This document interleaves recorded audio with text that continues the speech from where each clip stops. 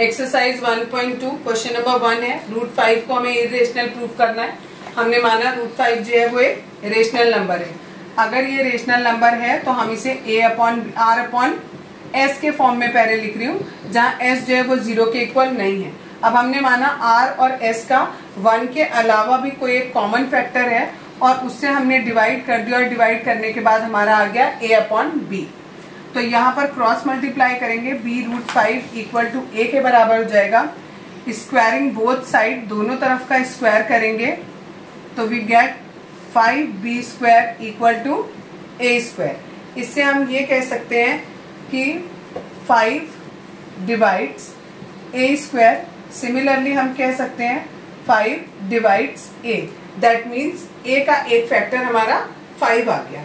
अब क्योंकि हम 5 को डिवाइड कर रहे हैं a से, तो a/5 को हम लिख सकते हैं c के इक्वल। तो a बराबर हो गया मेरा 5c के। अब a की ये वैल्यू मैं इस इक्वेशन में पुट करूंगी। 5b² ऐसे ही रखा और यहाँ पर 5c और इसका होल स्क्वायर करेंगे। 5b² equals to 25c²। 5 से 25 कैंसिल हुआ, 5 आया, b² equal to 5c²।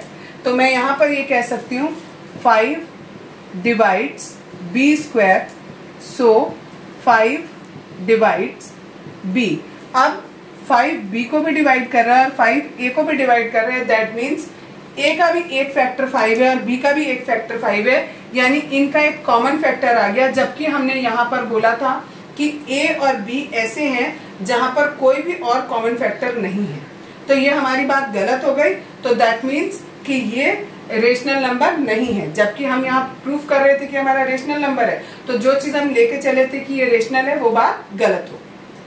Question number 2, इसमें हमें 3 + 2√5 को इरेशनल प्रूफ करना है। तो हमने माना पहले कि ये क्या है, रेशनल है। अगर रेशनल है तो हम इसे a/b के फॉर्म में लिख सकते हैं। फिर जो रूट वाला पार्ट है उसको यहीं रखा और बाकी सब कुछ यहाँ से हटा देंगे। तो इस 3 को मैं उस तरफ ले गई, यहाँ प्लस में था तो यहाँ माइनस हो गया। ठीक, अब यहाँ से मैंने कहा √5 यहाँ रखेंगे, बाकी जो भी कुछ है उसके साथ वो भी हटा देंगे। ये 2 यहाँ मल्टीप्लाई में है तो यहाँ ये डिवाइड में चला जाएगा।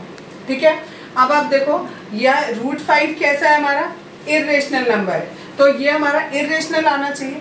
जबकि ये भी एक रेशनल नंबर है और ये भी एक रेशनल नंबर है, और आप किन्हीं भी दो रेशनल नंबर को माइनस करते हो तो हमें रेशनल नंबर ही मिलता है। ये हम रेशनल नंबर वाले चैप्टर में पढ़ चुके हैं कि दो रेशनल नंबर को अगर माइनस करते हैं तो हमें अगेन रेशनल नंबर मिलता है। जबकि यहाँ पर ये कह रहे हैं कि अगर हम इन दोनों को माइनस करेंगे तो ये इरेशनल होगा। इसका मतलब ये बात गलत है, तो यानी जो चीज हमने मानी थी वो गलत है, यानी ये इरेशनल है।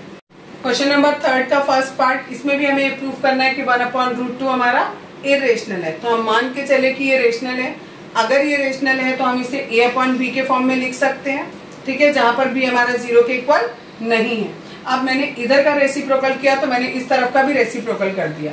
अगर यहाँ पर कोई भी इंटीजर है उसका मैं रेसिप्रोकल करूंगी तो मुझे दोबारा से क्या रियल नंबर, वो रेशनल नंबर मिलेगा। ये एक रेशनल नंबर था, रेसिप्रोकल किया, अगेन रेशनल नंबर मिला। लेकिन √2 हमारा कैसा होता है, इरेशनल होता है। जबकि वो ये कह रहा है कि b/ क्या होगा, इरेशनल होगा। जबकि है वो कैसा, रेशनल, यानी जो हमने माना था वो गलत हो गया और ये इरेशनल नंबर हो गया। बी पार्ट है, इसमें 7√5 को हमें इरेशनल करना है। पहले हमने माना ये रेशनल है, √5 यहीं रखा और बाकी सब कुछ यहाँ से हटा दिया।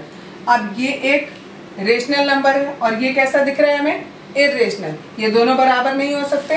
दैट मीन्स कि हमने जो सोचा था कि ये रेशनल है वो गलत है, it is a irrational number. Third part है इसी का 6 + √2, इसको भी इरेशनल प्रूफ करना है। हमने माना कि ये रेशनल है, a/b लिखा, √2 यही रहने दिया, a/b -6, इस 6 को उठा के दूसरी तरफ ले गए। अब ये एक रेशनल नंबर और इसमें से एक और रेशनल नंबर माइनस करेंगे तो हमें क्या मिलेगा, रेशनल मिलेगा। जबकि ये कह रहे हैं कि किसके बराबर है, √2 के बराबर, और √2 कैसा होता है, इरेशनल। तो ये इरेशनल और रेशनल बराबर नहीं हो सकते। दैट मीन्स हमने जो माना था वो गलत माना था, कि ये रेशनल है वो गलत बात हो गई। तो दैट मीन्स कि ये कैसा है, इरेशनल है।